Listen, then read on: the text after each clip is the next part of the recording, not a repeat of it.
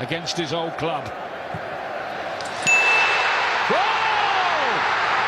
That is an absolute tracer bullet. Nico Gonzalez. Abduqodir Salim. Xursandligini qaranglar, xursandligini. Va nihoyat ikkinchi golni ham kiritdi Manchester City jamoasi. Va nihoyat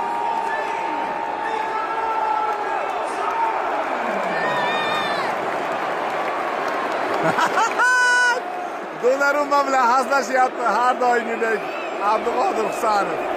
O'yinning esa 87-daqiqasi hisob 2-1 ga oshdi.